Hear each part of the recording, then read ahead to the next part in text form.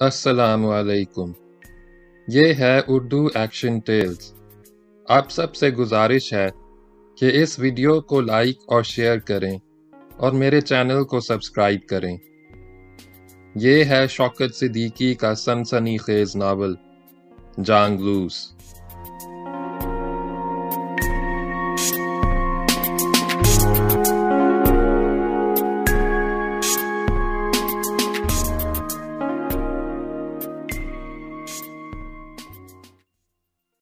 باب نمبر 4 کا دوسرا حصہ۔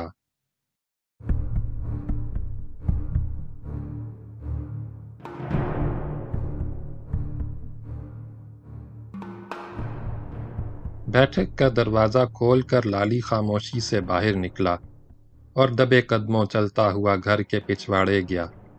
مویشیوں کے باڑے پر پہنچا۔ باڑہ مویشیوں کے عام ڈھارے کی طرح کا نہ تھا جس پر بارش اور سردی سے بچاؤ کے لیے چھپر ڈال دیا جاتا ہے۔ یہ باڑہ احاطے کی مانند تھا جس کے گرد قد آدم 4 دیواری تھی۔ اس کا پھاٹک بند تھا اور پھاٹک کے عین سامنے مویشیوں کا رکھوالا چارپائی ڈالے سو رہا تھا۔ چاندنی چھٹکی ہوئی تھی۔ لالی ایک درخت کے نیچے اندھیرے میں کھڑا تھا۔ ہر طرف گہرا سناٹا چھایا تھا۔ رات سنسان تھی۔ لالی کو مگو کے عالم میں تھا۔ یکا یک عقب میں آہٹ سنائی دی۔ اس نے پلٹ کر دیکھا تو ہوش اڑ گئے۔ فیض محمد آہستہ آہستہ اسی طرف آ رہا تھا۔ لالی جہاں تھا وہیں دم بخود کھڑا رہا۔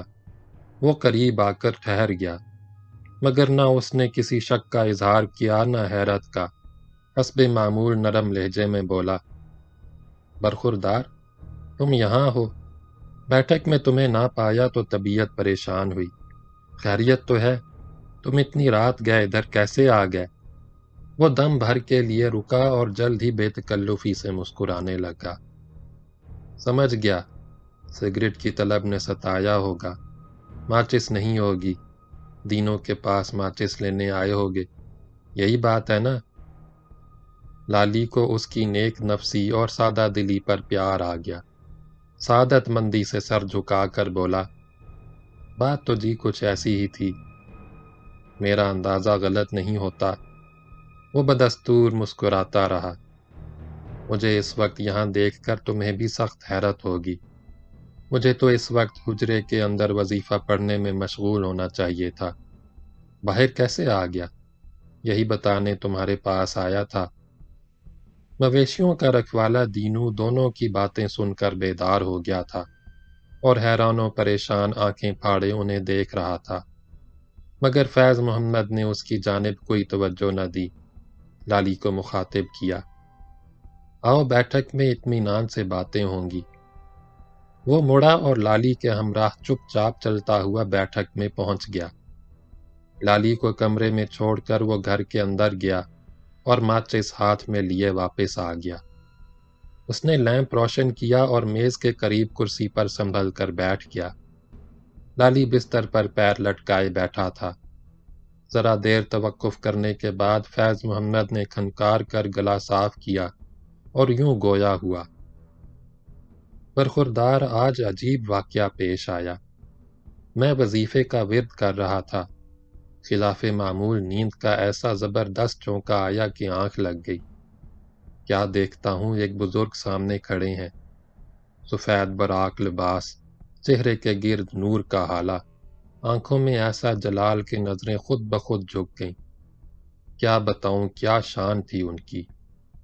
اس نے قدرے تأمل کیا۔ چند لمحے وہ خاموش میری جانب دیکھتے رہے، پھر حکم دیا، فیض محمد، اپنی بیٹی طاہرہ کو اس نوجوان کے حبالہ عقد میں دے دے جو 2 روز سے تیرا مہمان ہے۔ نافرمانی کرے گا تو راندہ درگاہ ہوگا۔ اس کے بعد میری آنکھ کھل گئی۔ اب تک وہ آواز کانوں میں گونج رہی ہے۔ لالی بھونچکا رہ گیا۔ اس کی سمجھ میں مطلق نہ آیا کہ کیا جواب دے۔ ماسٹر فیض محمد نے اسے خاموش پایا تو نہایت شفقت سے کہا، بھائی، اس میں اللہ تعالیٰ کی کوئی مصلحت ضرور ہے۔ میں نے بہت غور کیا تو یہ نکتہ ہاتھ آیا، تمہارے سر پر کسی کا سایہ نہیں، پریشان حال بھی ہو مگر نیک اور سعادت مند ہو۔ میرا معاملہ یہ ہے کہ مجھے بھی بیٹی کی فرض سے سبکدوش ہونا ہے، کسی نہ کسی کے ساتھ تو اس کا پلو باندھنا ہی ہوگا۔ ویسے خاندان میں کئی لڑکے ہیں، پڑھے لکھے اور برسر روزگار بھی ہیں، لیکن مجھے تو تمہارے لیے حکم ملا ہے۔ تمہیں اپنی فرزندی میں لینے پر مجھے خوشی ہوگی۔ تم میرے پاس رہو گے، کاروبار میں ہاتھ بٹاؤ گے، میرا سہارا بنو گے۔ میرے لیے اس سے اچھا رشتہ اور کیا ہو سکتا ہے؟ اس نے ایک بار پھر کھنکار کر گلا صاف کیا۔ عزیزم، میری طرف سے تو ہاں ہے۔ رہ گئی تمہاری مرضی تو جو چاہو اپنے بارے میں فیصلہ کر لو۔ البتہ میں یہ ضرور کہوں گا کہ یہ ہم دونوں ہی کے لیے تائید غیبی ہے۔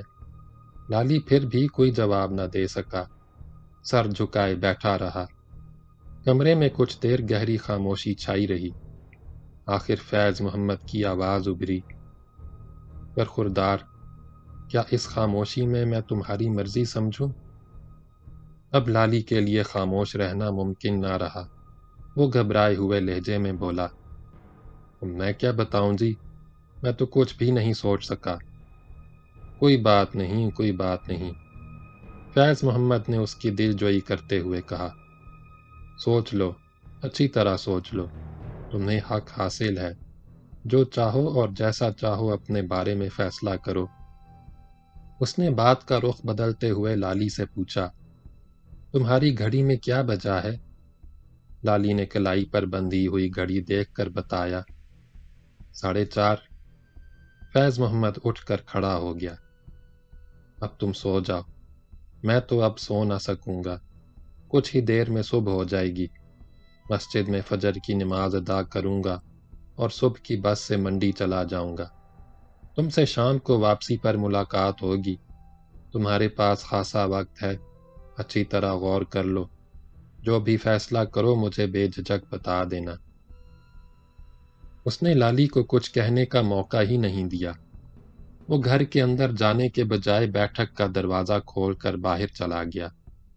لالی نے سوچا تھا کہ اس کے جانے کے بعد چپکے سے نکل جائے گا، مگر اب اس کی گنجائش نہ تھی۔ صبح ہونے والی تھی اور فیض محمد ابھی باہر ہی تھا۔ اس نے سونے کی کوشش کی مگر بے چین رہا۔ ٹھیک سے نیند نہیں آئی۔ دن میں بھی وہ بے چین رہا۔ شام کو فیض محمد کی واپسی ہوئی۔ وہ روز کی طرح مسکراتا ہوا لالی کے پاس آیا اور نہایت شفقت سے مخاطب ہوا۔ کچھ تھکے تھکے نظر آ رہے ہو۔ اس نے توقف کیا اور لالی کے جواب کا انتظار کیے بغیر خود ہی وضاحت کی، بات یہ ہے کہ تم کہیں آتے جاتے بھی تو نہیں، تمام وقت تو کمرے میں رہتے ہو، ذرا باہر نکلا کرو۔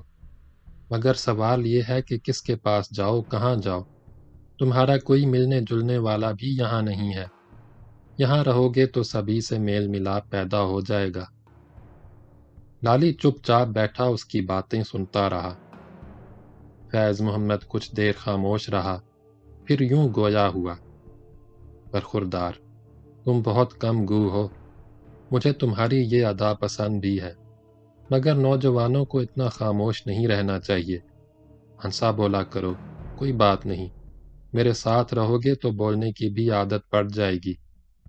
بھائی میں زیادہ دیر خاموش نہیں بیٹھ سکتا، سخت الجھن ہوتی ہے، اور تم سے باتیں کر کے تو دل بہت خوش ہوتا ہے۔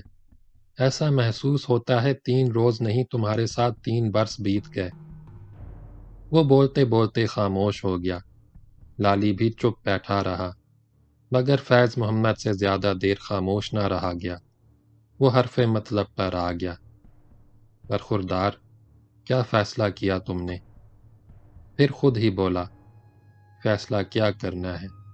بھائی میں نے تو یہ سمجھ لیا ہے کہ میرا کوئی بیٹا نہیں۔ اللہ تعالیٰ نے تمہارے روپ میں مجھے بیٹا دے دیا۔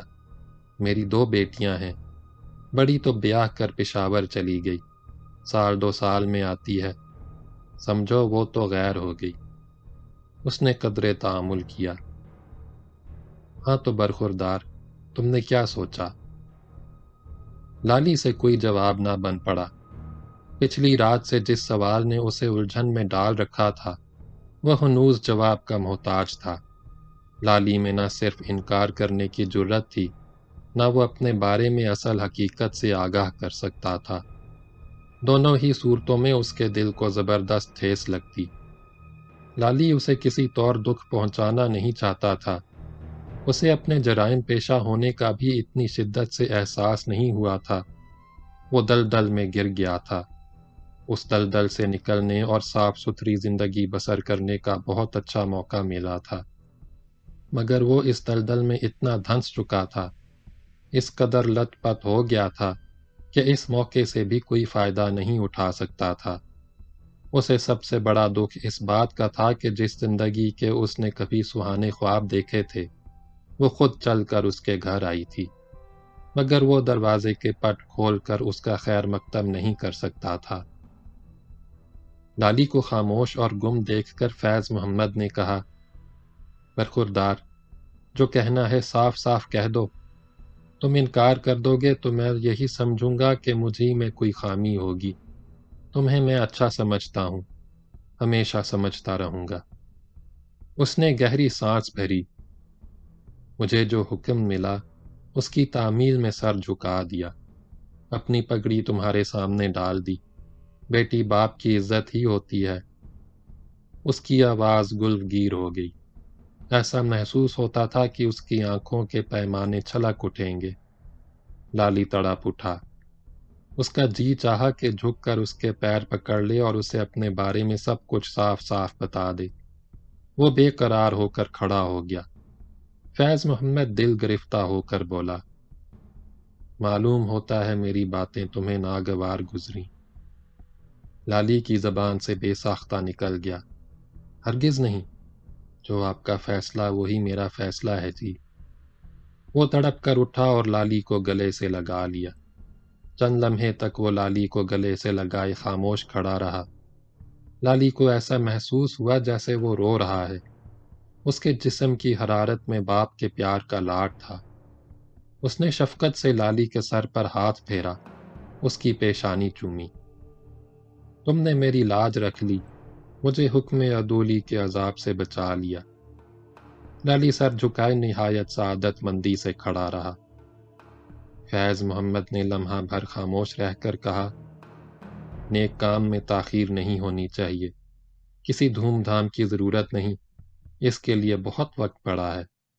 وظیفے سے فارغ ہوتے ہی مسجد کے ملا جی کے پاس جاؤں گا، نمازیوں میں گواہ اور وکیل بھی مل جائیں گے، فجر کی نماز کے بعد نکاح ہو جائے گا، مجھے یہی بشارت ہوئی تھی۔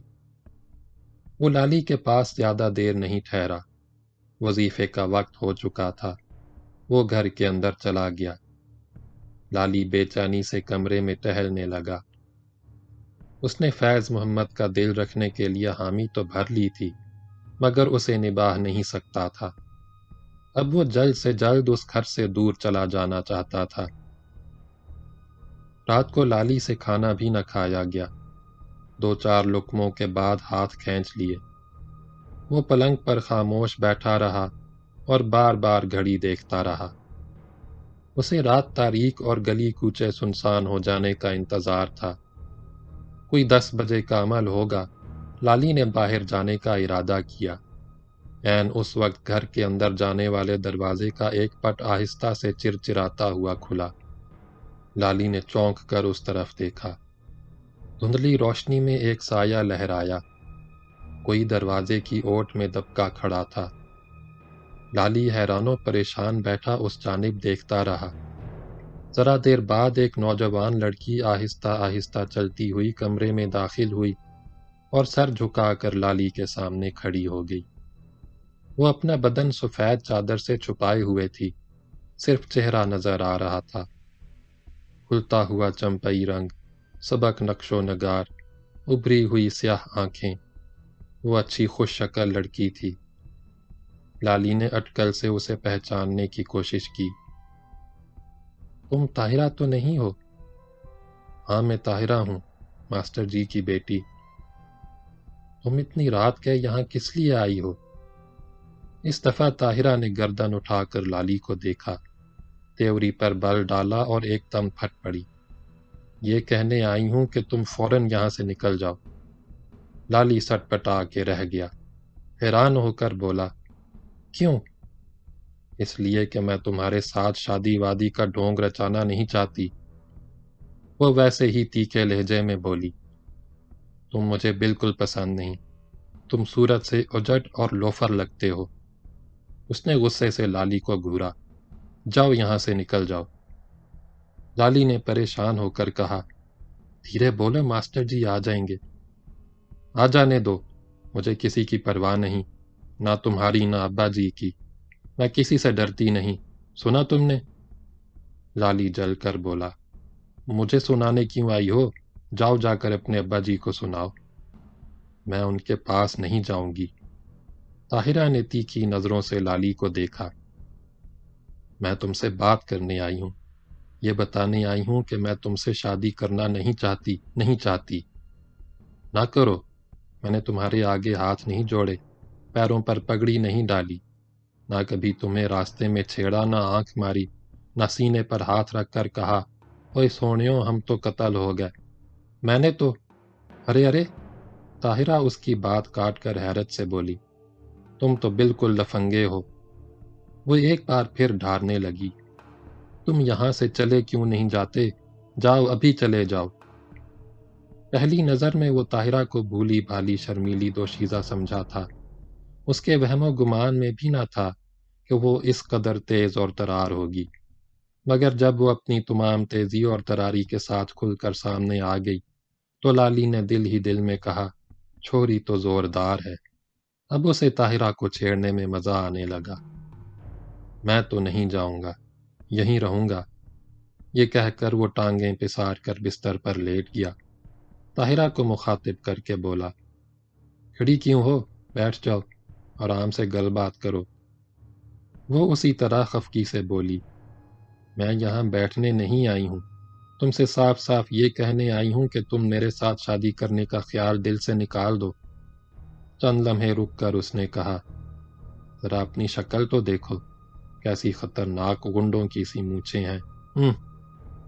طاہرہ نے حقارت سے منہ بگاڑا، مگر لالی بالکل ناراض نہ ہوا، مسکرا کر بولا، کوئی بات نہیں، کل صبح منڈوا دوں گا، تم چاہو تو استرا لا کر ابھی مونڈ دو، لے آؤ اسی بات پر استرا۔ طاہرہ نے غصے سے گردن ہلائی، گویا مونچھیں منڈوا کر تم گلفام بن جاؤ گے اور میں تمہیں اپنا سرتاج بنا لوں گی۔ چغد، احمق کہیں کا، نکالو نکالو جتنی چاہے گالاں نکالو، کل صبح کے بعد تم سے پوچھوں گا، کیا کرو گے تم؟ لالی اٹھ کر پلنگ پر بیٹھ گیا، گردن ذرا سی اکڑا کر نخوت سے بولا، کل صبح میں تمہارا خصم بن جاؤں گا۔ خصم؟ وہ تل ملا کے بولی، تم غنڈے ہو، بالکل تھرڈ کلاس غنڈے۔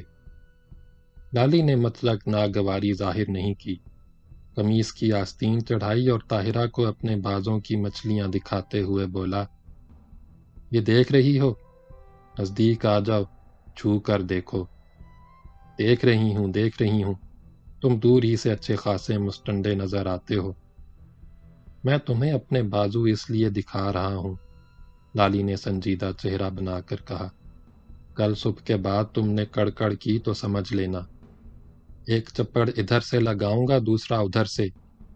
لالی نے ہاتھ گھما گھما کر خبردار کیا، اوپر سے ایک ٹھڈا بھی لگاؤں گا، وہ جاؤ گی دور تک گیند کی طرح لڑکتی ہوئی، ساری کڑکڑ نکل جائے گی۔ کیا کہا؟ تم مجھے مارو گے؟ اس نے قہر آلود نظروں سے لالی کو دیکھا، وحشی، درندے، بے غیرت، تمہیں ایسا کرتے ہوئے شرم نہیں آئے گی؟ تم تو بالکل جنگلی ہو۔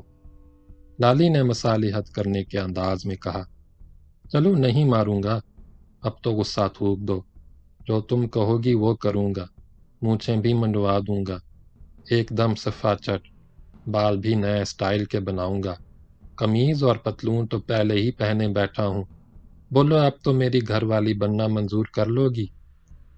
طاہرہ نے کوئی جواب نہیں دیا، تھکی ہوئی سی کرسی پر بیٹھ گئی۔ اس دفعہ اس نے نہایت سنجیدگی سے پوچھا، کیا واقعی تم سمجھتے ہو کہ تمہارے ساتھ میری شادی ہو جائے گی؟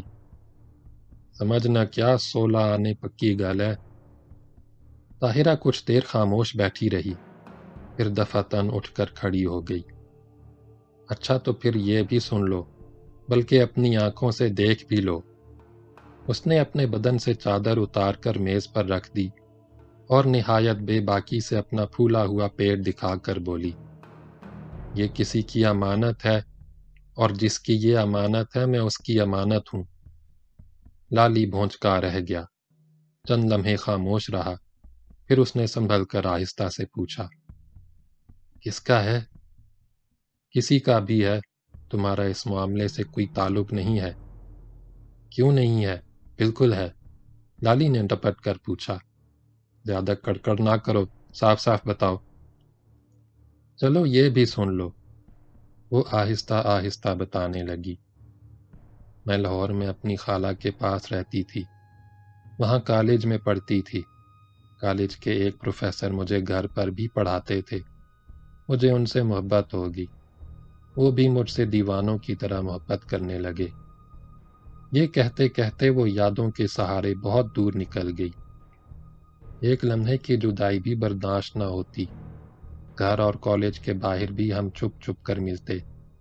کبھی لالی بات کاٹ کر بولا، شالیمار باغ اور لارنس گارڈن میں اس کے ساتھ ٹھمک ٹھمک کر گانے بھی گاتی ہوگی۔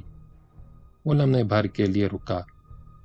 یہ تو فلمی باتیں ہو گئیں، آگے بتاؤ۔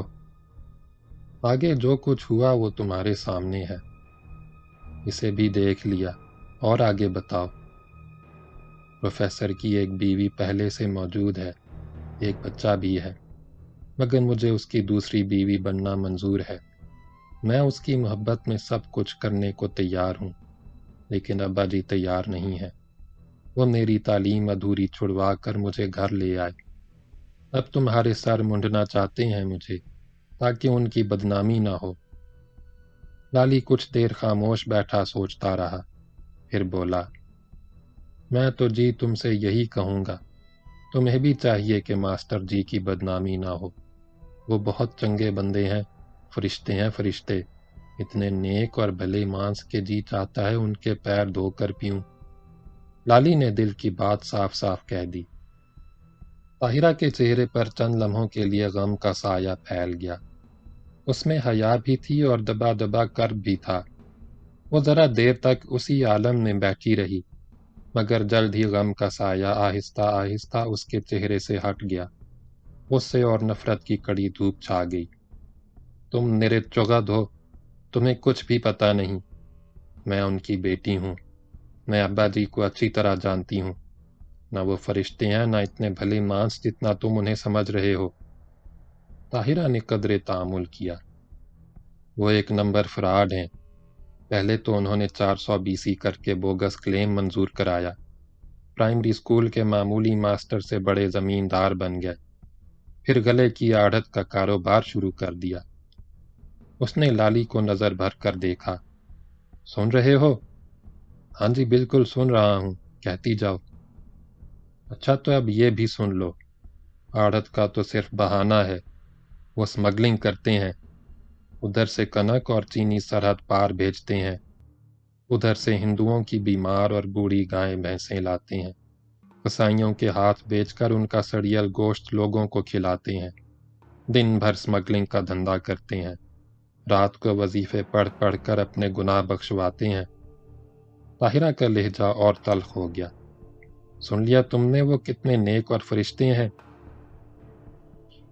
لالی کو ایسا محسوس ہوا جیسے کلا بازی کھا گیا ہو۔ اسے دکھ بھی ہوا، حیرت بھی ہوئی، مگر طاہرہ ذہنی خلفشار سے بے نیاز بولتی رہی۔ اب تمہیں یہ بھی بتا دوں کہ وہ تمہیں اپنے سمگلنگ کے دھندے میں ایجنٹ کے طور پر استعمال کریں گے، تاکہ رینجرز اور بارڈر پولیس کے ساتھ گولی چلے تو تم ہی مارے جاؤ، تم ہی جیل جاؤ۔ مگر یہ سلسلہ بھی چند ہی مہینے چلے گا۔ میرے بچے کی پیدائش کے بعد وہ کسی مقدمے میں پھنسوا کر تم سے فارختی لکھوا لیں گے اور میرا بیاہ اپنے بھتیجے سے کر دیں گے۔ وہ بدصورت ہے اور ایک ٹانگ سے لنگڑا بھی، مگر بہت بڑی زمینداری اور جائیداد کا اکلوتا وارث ہے۔ اپنی یہ اسکیم وہ آج ہی شام ماں جی کو بتا چکے ہیں۔ اس نے نظریں نیچی کر کے آہستہ سے کہا، تم نے سب کچھ سن لیا؟ اب بتاؤ، کیا تم ایسی لڑکی سے شادی کر لو گے جس کے پیٹ میں کسی اور کا بچہ ہے؟ کتنے دن کا ہے؟ لالی نے اس کے پھولے ہوئے پیٹ کی جانب دیکھ کر کہا، مجھے نہیں معلوم، 6-7 مہینے سے تو کم کا نہیں لگتا۔ شاید، طاہرہ نے مختصر جواب دیا۔ لالی مسکرا کر بے نیازی سے بولا، صرف 3 مہینے کی تو بات ہے، پھر تو سب کچھ ٹھیک ٹھاک ہو جائے گا۔ طاہرہ نے لالی کو خونخوار نظروں سے دیکھا اور نفرت سے منہ بگاڑ کر بولی، تم عجیب بے غیرت انسان ہو، تم ایسا بچہ قبول کر لو گے؟ کر لوں گا، ضرور کر لوں گا، حرج ہی کیا ہے جی؟ وہ نہایت ڈھٹائی سے مسکراتا رہا۔ ویسے سچ پوچھو تو یہ میرا معاملہ ہے بھی نہیں، اولاد کے بارے میں صرف ماں بتا سکتی ہے کہ اس کا پیو کون ہے، میں کس کا پتر ہوں، یہ بات میری ماں بتا سکتی تھی۔ تم کس کی دھی ہو، یہ بات بھی ماسٹر جی نہیں، تمہاری ماں بتا سکتی ہے۔ غلط تو نہیں کہہ رہا ہوں میں؟ طاہرہ نے زچ ہو کر کہا، جو کچھ تم کہہ رہے ہو ٹھیک ہی کہہ رہے ہو۔ وہ نڈھال ہو کر پھر کرسی پر بیٹھ گئی۔ لالی بھی خاموش رہا۔ وقت گزرتا جا رہا تھا، اب لالی کو وہاں سے چلا جانا چاہیے تھا۔ اس نے طاہرہ کو پھر چھیڑا، تم یہاں کیوں بیٹھی ہو؟ اندر جاؤ، بٹنا ملو، خوشبو لگاؤ، ریشمی پٹانگل پہنو، سرخ جمی اوڑھو، سنگھار کرو، سویرے سویرے سامنے ایسے نہ آنا، ووٹی بن کے آنا، میں تمہارا گھونگھٹ اٹھاؤں گا، گھونٹ چکائی دوں گا۔ طاہرہ نے کوئی جواب نہیں دیا، سر جھکائے گم سم بیٹھی رہی۔ پھر اس نے بڑی عاجزی سے کہا، میں ہاتھ جوڑتی ہوں۔ اس نے لالی کے آگے دونوں ہاتھ جوڑ دیے، کہو تو تمہارے پیروں پر سر رکھ دوں، خدا کے لیے میرے ساتھ شادی کا خیال دل سے نکال دو۔ اپنے ابا جی سے کیوں نہیں کہتی؟ بیاہ تو انہوں نے ہی طے کیا ہے۔ کہہ چکی ہوں، ان سے بار بار کہہ چکی ہوں، ان کے سینے میں دل نہیں پتھر ہے۔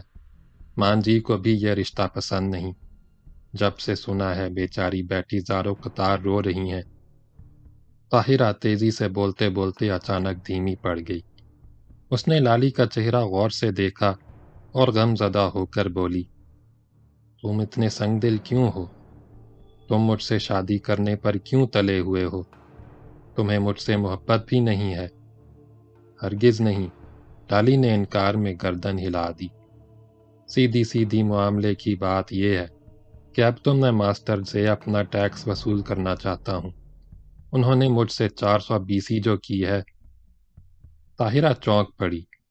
اس نے کوئی بات نہیں کی، جھٹ اپنے کانوں سے سونے کے جھمکے اتارے، ہاتھوں کے کنگن اتارے اور انہیں لالی کی طرف بڑھا کر بولی، لو، یہ لے لو، یہ تمہارا ٹیکس ہے، اب یہاں سے چلے جاؤ۔ لالی نے ہاتھ نہیں بڑھایا۔ طاہرہ تل ملا کر بولی، قسم کھا کر کہتی ہوں زہر کھا لوں گی، خودکشی کر لوں گی، مگر تمہارے ساتھ شادی نہیں کروں گی، نہیں کروں گی۔ زیور پہن لو، زہر کھانے اور خودکشی کرنے کی ضرورت نہیں۔ لالی نے اس دفعہ نہایت سنجیدگی سے کہا، میں یہاں سے ابھی چلا جاؤں گا، پر ایک شرط پر۔ کیا شرط ہے تمہاری؟ طاہرہ کے چہرے پر خوشی سے پھول کھل اٹھے۔ مجھے تمہاری نہیں، تمہاری بوری مجھ کی ضرورت ہے، وہ پکا 18 سیر دودھ دیتی ہے اور تمہارے پیٹ میں۔ طاہرہ بات کاٹ کر بولی، ایک نہیں تم 2 لے جاؤ، مجھے کوئی اعتراض نہیں، جاؤ جا کر نکال لاؤ دونوں کو اور یہاں سے چلے جاؤ۔ میں صرف بوری مجھ لوں گا، مگر اسے لینے میں نہیں جاؤں گا، وہاں راکھا موجود ہے، تم خود جاؤ اور مجھ لے کر آ جاؤ۔ مگر وہ مجھے بھی نہیں لے جانے دے گا، میں اسے کہوں گی کیا؟ لالی اپنی ضد پر اڑا رہا، یہ میں نہیں جانتا، مجھ نکال کر تم ہی لاؤ گی اور میرے ساتھ ساتھ پنڈ کے آخری سرے تک جاؤ گی۔ بولو کیا کہتی ہو؟ اگر یہ کام کر سکتی ہو تو جلدی کرو، نہیں تو اندر جاؤ، مجھے سونے دو، صبح نکاح کے بعد تم سے ملوں گا۔ طاہرہ کا دمکتا ہوا چہرہ ایک بار پھر سونا پڑ گیا۔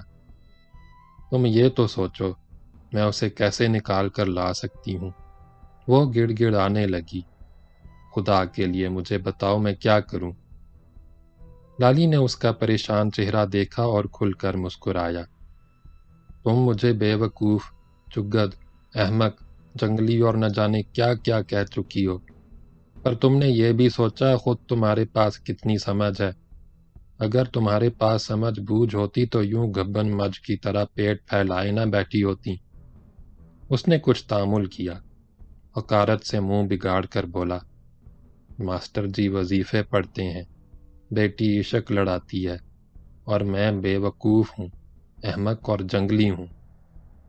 طاہرہ خاموش بیٹھی اس کی جلی کٹی سنتی رہی۔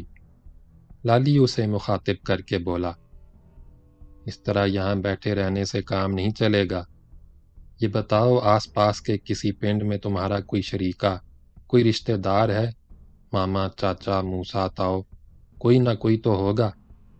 طاہرہ نے جھٹ جواب دیا، ماموں ہیں، 6 میل ادھر ایک چک میں رہتے ہیں، مگر وہ ہمارے گھر کام آتے ہیں، سگے ماموں نہیں ہیں۔ سگے سوتیلے کی چھوڑو، بھیجے سے کام لو، بھیجے سے۔ ماں جی تو تمہاری ہی طرفدار ہیں نا؟ بالکل ہیں، انہوں نے ہی تو مجھے تمہارے پاس بھیجا ہے۔ تو بس تم سیدھی ان کے پاس جاؤ، ان سے کہو کہ وہ راکھے کو ماما کو بلانے بھیج دے، وہ ادھر جائے اور ادھر تم بوری مجھ نکال کر لاؤ، بن گیا دونوں کا کام۔ طاہرہ نے خوش ہو کر گردن ہلائی، یہ ترکیب ٹھیک رہے گی۔ اس نے موج میں آ کر چٹکی بجائی، بالکل ٹھیک ہے۔ خالی پیلی ٹھیک کہنے سے کام نہیں چلے گا، جاؤ اور بوری مجھ لے کر فٹافٹ آ جاؤ۔ طاہرہ جانے کے لیے کھڑی ہو گئی، وہ دروازے کی جانب بڑھی۔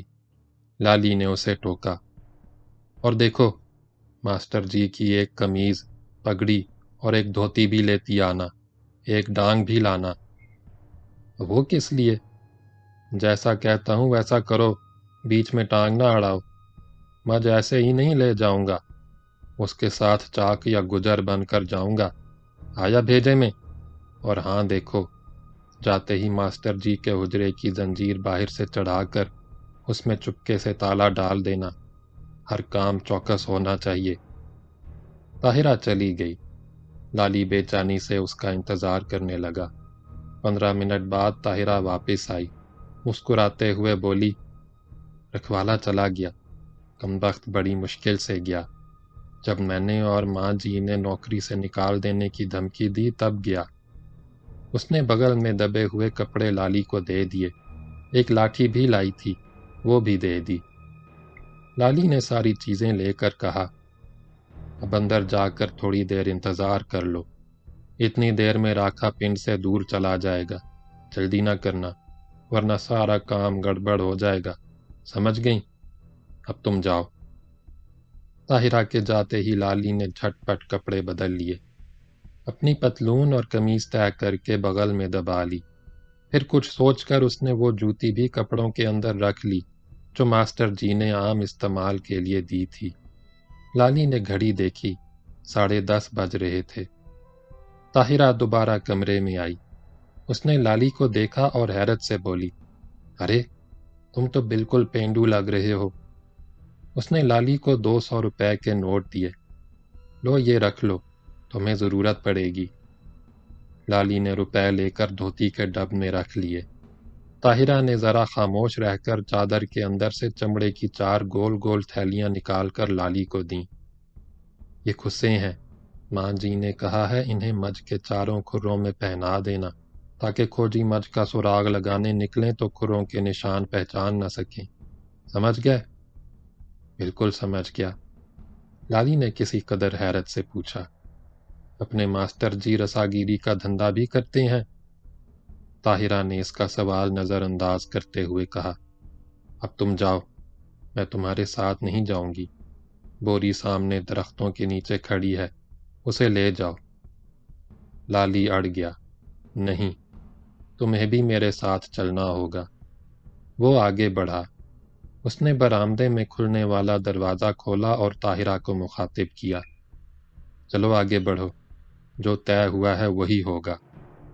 اس کا لہجہ تلخ ہو گیا۔ تمہیں بگا کر نہیں لے جاؤں گا، ایسا ارادہ ہوتا تو یہاں سے جاتا ہی کیوں؟ طاہرہ نے گھبرا کر دروازے کی جانب دیکھا۔ دروازے کی اوٹ میں اس کی ماں کھڑی تھی۔ لالی نے طاہرہ کو خاموش پا کر کہا، خامہ خواہ کا نخرہ نہ کرو، آگے بڑھو، میرا منہ کیا تک رہی ہو؟ طاہرہ جھجکتی ہوئی آگے بڑھی اور لالی کے ساتھ بیٹھک سے باہر نکلی۔ بھینس درختوں کے نیچے کھڑی تھی۔ لالی نے اسے دور ہی سے پہچان لیا۔ وہ بھوری بھینس تھی۔ اس نے آہستہ آہستہ بھینس کے چاروں کھروں میں چمڑے کے کھسے چڑھا دیے، رسی کھولی اور بھینس کو آگے بڑھانے کے لیے دھیرے دھیرے تت تت کی آواز نکالی۔ بھینس آگے بڑھی۔ لالی اس کی رسی پکڑ کر چلنے لگا۔ طاہرہ بھی اس کے ساتھ تھی۔ اس نے اپنا بدن چادر سے چھپا رکھا تھا۔ آسمان پر گہرا غبار چھایا تھا۔ چاندنی دھندلی اور میلی میلی تھی۔ طاہرہ بہت خوف زدہ معلوم ہو رہی تھی۔ وہ سہمی سہمی نظروں سے ادھر ادھر دیکھتی ہوئی چل رہی تھی۔ ہر آہٹ پر کانپ اٹھتی۔ کسی قریب کی گلی میں کتا زور زور سے بھونکنے لگا۔ اس کی آواز سن کر طاہرہ ایسی بدحواس ہوئی کہ گرتے گرتے بچی۔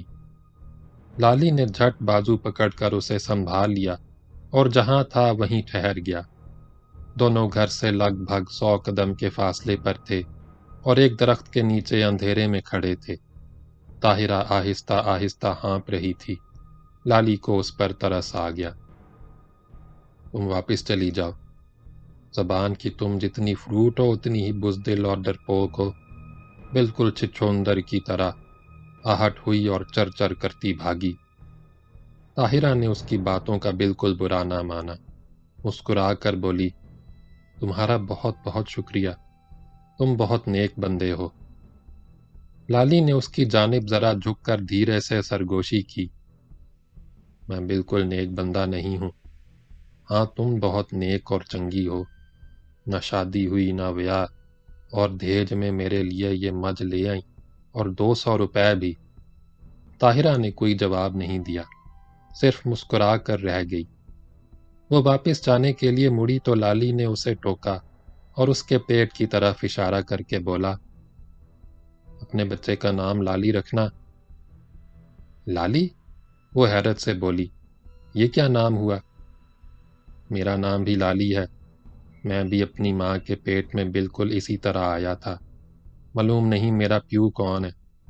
میری ماں کے بیاہ کے بعد جو میرا پیو بنا وہ مجھے ہمیشہ حرام دا کہتا، ماں کو گالاں نکالتا اور گھر سے مار کر باہر کر دیتا، مجھے اس سے ملنے نہ دیتا۔ وہ ایک لمحے کو رکا۔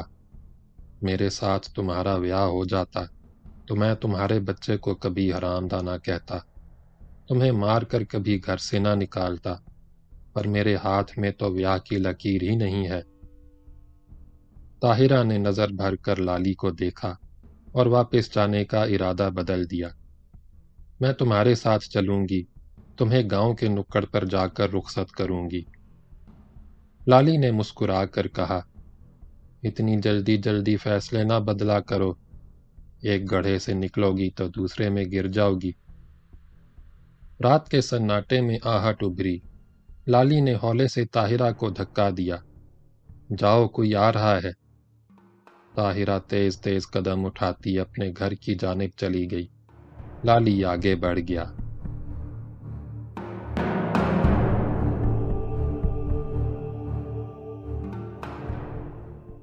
باب نمبر 5 اگلی ویڈیو میں سنیں۔